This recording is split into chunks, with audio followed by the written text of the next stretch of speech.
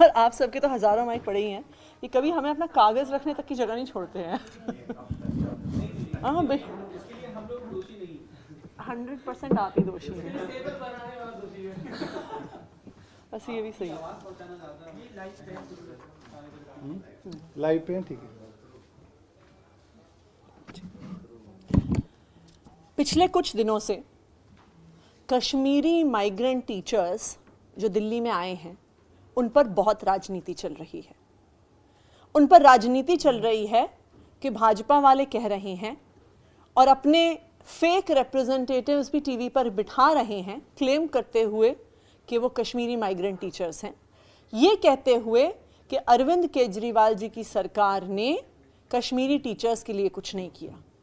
लेकिन आज हम भाजपा की सच्चाई का पर्दाफाश करने आए हैं कि किस तरह से भाजपा के नॉमिनी अनिल बैजल जी, जो दिल्ली के एलजी हैं, जिनके हाथ में टीचर्स की रिक्रूटमेंट, टीचर्स की प्रमोशन, टीचर्स की रेगुलराइजेशन, जो सारे सर्विसेज मैटर हैं, उन्होंने किस तरह ना सिर्फ कश्मीरी माइग्रेंट टीचर्स का साथ नहीं दिया बल्कि खुल के उनके रेगुलराइजेशन का विरोध किया। और आज ये सारे कागज मैं आपके सामने रखना चाहती हूँ।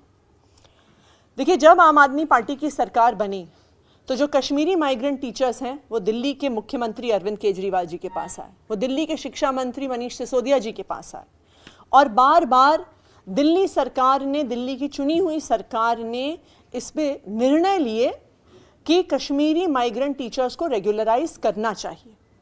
लेकिन जब दिल्ली सरकार ये निर्णय लेती है कि टीचर्स को रेगुलराइज करना चाहिए और दिल्ली सरकार हाई कोर्ट में बताती है कि दिल्ली की कैबिनेट ने कश्मीरी माइग्रेंट टीचर्स को रेगुलराइज करने का फैसला लिया है, तो उसके बाद क्या होता है?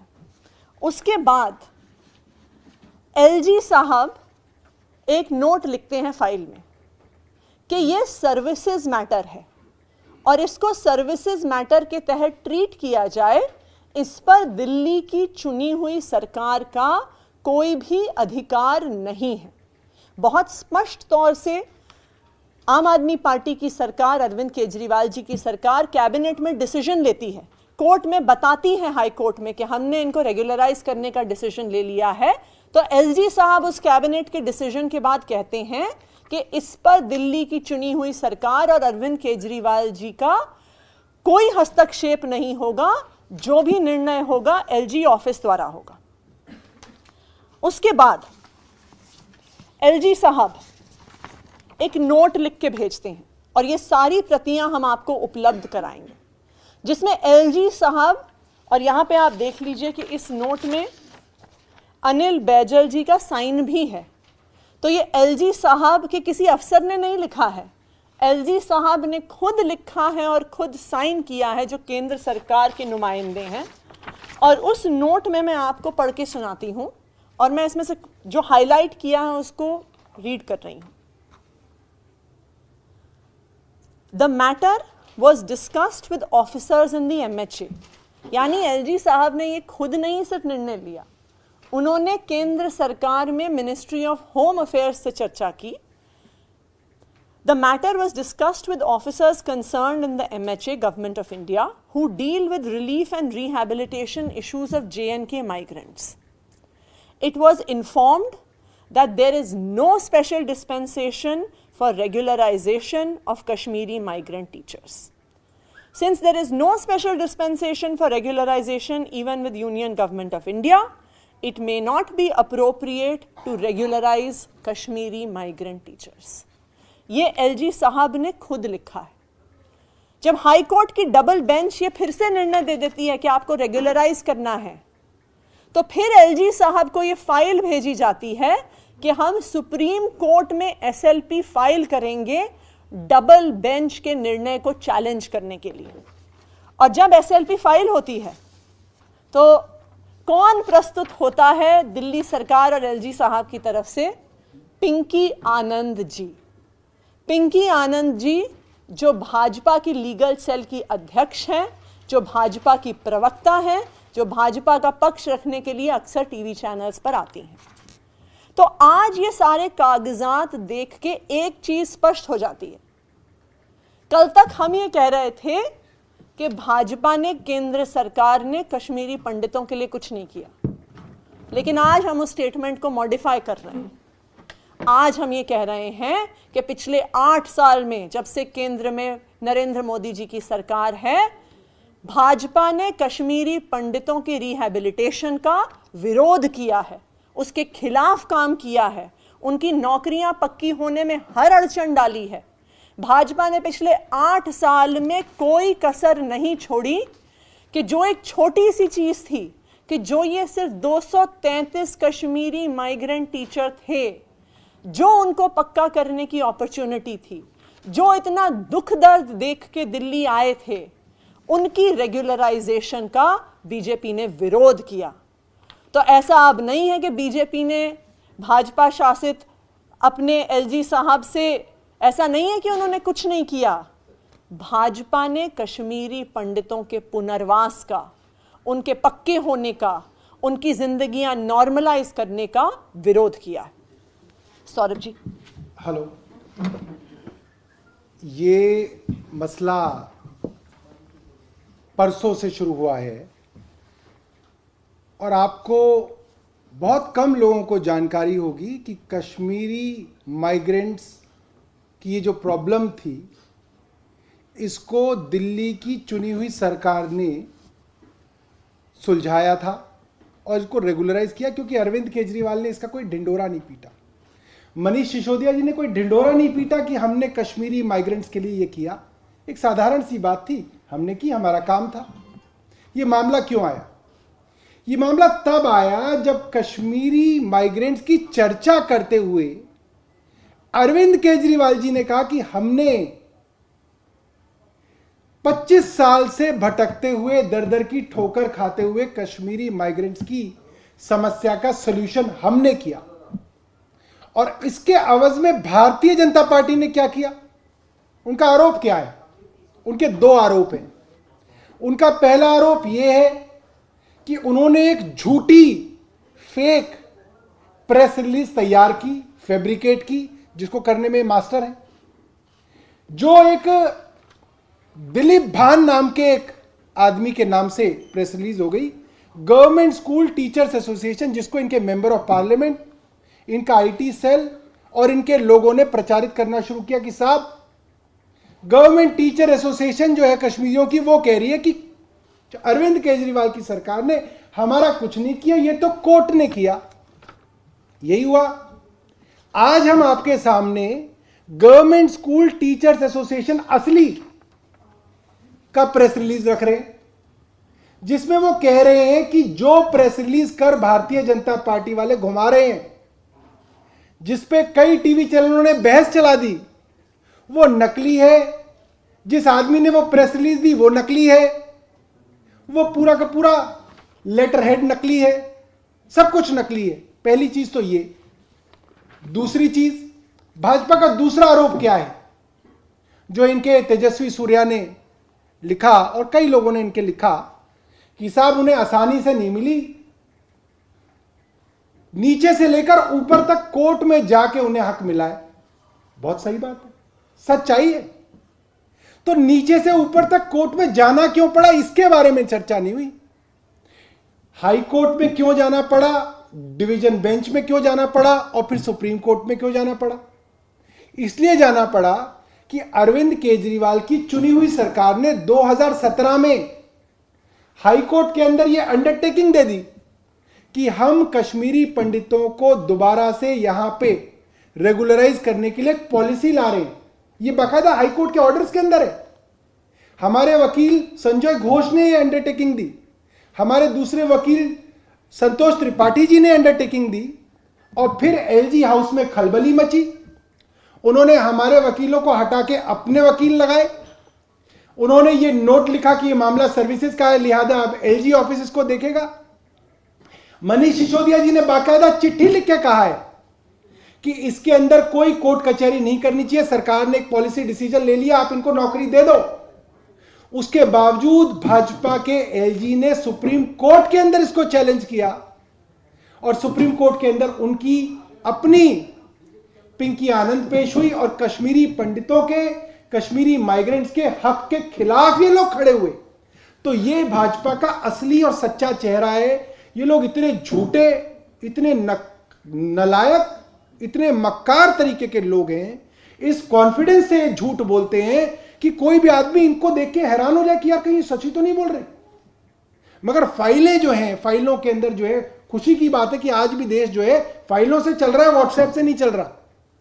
तो ये फाइलों में दर्ज है कि इनके क्या कुकर्म थे, इन्होंने क्या क्या कश्मीरी माइग्रेंट्स के बारे में लिखा। यहां तक कि एलजी ने यह लिखा कि ऐसा कोई प्रावधान जब केंद्र सरकार में नहीं है कश्मीरियों के लिए, साफ शब्द है कि कश्मीरी लोगों के लिए ऐसा कोई स्पेशल प्रावधान जब केंद्र सरकार में नहीं है तो दिल्ली सरकार में कैसा हो सकता है। लिहाजा इसके खिलाफ हमें सुप्रीम कोर्ट जाना चाहिए। और सुप्रीम कोर्ट में मुंह की खाई, और मुंह की खाने के बाद जो है दिल्ली सरकार ने इनको इनके लाखों रुपए जो एरियर्स थे और जो इनके पैसे बनते हैं रेगुलराइजेशन के, बैक डेट में दिए। और दूसरी एक और चीज मैं आपको हैरानी की बता देता हूं, इस सुप्रीम कोर्ट के ऑर्डर के आने के बावजूद कश्मीरी पंडितों की कसम खाने वाले, देश की राष्ट्रभक्ति की कसम खाने वाले भाजपाइयों द्वारा चलाई गई एमसीडी, ये जो ऑर्डर था ये दिल्ली सरकार के टीचर्स के बारे में भी था और एमसीडी के टीचर्स के बारे में भी था। आप पता कर लीजिए, एमसीडी के कश्मीरी माइग्रेंट्स के पास जाके माइक लगा दीजिए, एमसीडी के कमिश्नर से पूछ लीजिए, आज तक की तारीख में एमसीडी के कश्मीरी माइग्रेंट टीचर्स को एरियर नहीं दिए गए हैं, सिर्फ दिल्ली सरकार ने दिए हैं। यह है इन भाजपाइयों का सच्चा चेहरा, यह है इनके झूठ का नकाब जब उतरेगा तो यह है इनकी सच्चाई। इन्होंने कुछ नहीं किया कश्मीरी पंडितों के लिए। कश्मीरी पंडितों के लिए क्या, इन्होंने पंडितों के लिए कुछ नहीं किया। इन्होंने सिर्फ और सिर्फ उनके खिलाफ साजिशें की हैं, यूपी में उनके एनकाउंटर कराए हैं। जहां इनको पता चल जाता है कि ये ब्राह्मण है, उसके एनकाउंटर कराने के लिए पूरी की पूरी सरकार जो है उनके पीछे पड़ जाती है। ये इनका असली चेहरा है। बहुत बहुत धन्यवाद। 233 कोई आपका सवाल है? आप लोग उनको ही एक बार पेश करवा दें तो ज्यादा अच्छा है ना। उनकी बाइट जो है आज हुई है। नहीं, आपके जैसे साथ में बात हुई है, ये बार बार चिल्ला चिल्ला के टीवी पे बोल रहे हैं इस चीज को। आप क्या देखिए, चिल्ला तो वो रहेंगे, अभी आगे कई सालों तक चिल्लाते रहेंगे, उसको आप नहीं रोक सकते। जो माइग्रेंट टीचर एसोसिएशन है, गवर्नमेंट स्कूल टीचर्स एसोसिएशन, उनका ये लेटर हेड है, उस पर उन्होंने दिया है। और उन लोगों ने आज एएनआई को बाइट भी दी है कि जो लेटरहेड कल घूम रहा था वो फेक है, फैब्रिकेटेड है, और ये असली उनका लेटर है जिसमें उन्होंने दिल्ली सरकार को और अरविंद केजरीवाल जी को धन्यवाद दिया है कि कैबिनेट नोट लाने की वजह से उनकी मदद हो पाई है और वो रेगुलराइज हो पाए। जिसके नाम से लेटर घूम रहा है दिलीप भान, कौन है? हम तो नहीं जानते। उन्होंने ये भी लिखा कि हम खुद ही नहीं जानते आदमी कौन है और ना इस ऑर्गेनाइजेशन का मेंबर है वो। इन्होंने अपने प्रेस रिलीज में स्पष्ट तौर पे लिखा है, We condemn the fake unsigned press release which is circulating in the name of our association, given in the name of some Mr. Dilip Bhan, who is not known to us and who is not a member of our association. तो ये स्पष्ट तौर पे कह रहे हैं, ये signed press release है इनके ऑफिस बियरर्स और मेंबर्स द्वारा कि ऐसा कोई भी व्यक्ति दिलीप भान के नाम का हमारी एसोसिएशन का मेंबर नहीं है। तो देखिए, ये भाजपा की क्लासिक राजनीति है। वो किसी झूठ को भी सच का खाका पहना देते हैं। किसी भाजपा के कार्यकर्ता ने एक प्रेस रिलीज बना के मीडिया में डाल दी, उनके सारे व्हाट्सएप नेटवर्क ने चला दी, मीडिया हाउसेस ने उठा ली। ये तथाकथित मिस्टर दिलीप भान जी, जिनका किसी ने चेहरा नहीं देखा है, टीवी डिबेट्स पे फोन पर आ गए ये कहते हुए कि दिल्ली सरकार ने कुछ नहीं किया है। लेकिन आज जो असली कश्मीरी माइग्रेंट टीचर्स हैं, उन्होंने स्पष्ट तौर पे कहा है कि दिल्ली की चुनी हुई सरकार, अरविंद केजरीवाल जी की सरकार, पहले दिन से कश्मीरी माइग्रेंट टीचर्स के साथ खड़ी है और हम अरविंद केजरीवाल जी को धन्यवाद कहना चाहते हैं। टीचर भी नहीं है, हमें नहीं पता कौन, मतलब सर एसोसिएशन क्या केस दर्ज कराएगी फॉर्जरी है सर? हाँ बिल्कुल, इसकी जांच करवाने के लिए आप लोग Saurabh, they are saying that perhaps the association, I'm just asking the question from their point of view, that this particular association you are mentioning about, no madam, आज मैं आपको बताता हूँ, आप ये हाई कोर्ट के और सुप्रीम कोर्ट के ऑर्डर्स देखिएगा, इसके अंदर इस एसोसिएशन को जो वकील साहब रिप्रेजेंट करते हैं वो एक बहुत सीनियर एडवोकेट हैं, डेजिग्नेटेड सीनियर हैं, एडवोकेट राकेश टिक्कू, और दिल्ली बार के चेयरमैन रहे। आज उन्होंने भी कई मीडिया हाउसेस को बाइट देके बताया है कि क्या सिलसिलेवार हुआ है इस मामले के अंदर, ठीक है। तो एसोसिएशन भी बोल रही है, उनके वकील जो पेश होते हैं वो भी बोल रहे हैं, सरकार बोल रही है, और उनकी तरफ से कौन बोल रहा है? एक फैब्रिकेटेड लेटर। वो कौन आदमी है वो किसी को नहीं मालूम। तो आप ये समझिए, ये तरीका है। ये वो लोग हैं जिन्होंने दिल्ली के अंदर जो ऑक्सीजन की डिमांड थी उसके खिलाफ भी एक, आपको याद होगा, एक अनसाइंड रिपोर्ट चला दी थी और कई दिनों तक चली थी। और दूसरी, आप ये कोर्ट के सारे ऑर्डर्स देख सकते हैं, ये वही ऑर्गेनाइजेशन है जो कोर्ट के केसेस में मेंशन्ड है। तो जब ये ऑर्गेनाइजेशन खुद ये कह रही है कि दिलीप भान नामक हमारा कोई सदस्य ही नहीं है और हमें अरविंद केजरीवाल जी की सरकार ने हमेशा सहयोग किया, तो ये साफ समझ में आ रहा है कि बीजेपी के प्रवक्ता बनकर किसी फेक कश्मीरी माइग्रेंट टीचर को प्रस्तुत किया गया मीडिया के सामने। Sir, for the fair investigation, what are you going to take that step for? आप देखो, क्या यहाँ दिल्ली पुलिस से आप क्या उम्मीद करते हैं? वो क्या इन्वेस्टिगेशन करेगी और क्या करेगी? है कोई उम्मीद आपको? बताइए, आपको है तो बताइए। अरे जो कहता है कि गोली मारो सालों को, उसके लिए तो कुछ कर। लेकिन मेरा यहाँ पे सारे मीडिया के सीनियर सदस्य बैठे हैं। मेरा मीडिया चैनल से भी ये आग्रह है कि आपके चैनल्स ने ये जो चिट्ठी चलाई, तो हमने क्या इन्वेस्टिगेशन किया, हमने क्या एग्जामिनेशन किया कि ये कौन व्यक्ति हैं, ये ऑथराइज्ड व्यक्ति हैं कि नहीं हैं, ये मीडिया चैनल्स को भी सोचना चाहिए। मीडिया चैनल्स को सारा देश देख रहा है। आप पर एक बहुत जिम्मेदारी बनती है कि जो कागजात, जो सूचना आप अपने टीवी चैनल्स पर चलाएं, उसकी जांच और उसकी इन्वेस्टिगेशन करना तो आपकी जिम्मेदारी है। नहीं, सबने नहीं चलाया, किसी ने चलाया। जिसने चलाया उसको पता है, जिन्होंने चलाया वो पता ही है। Thank you.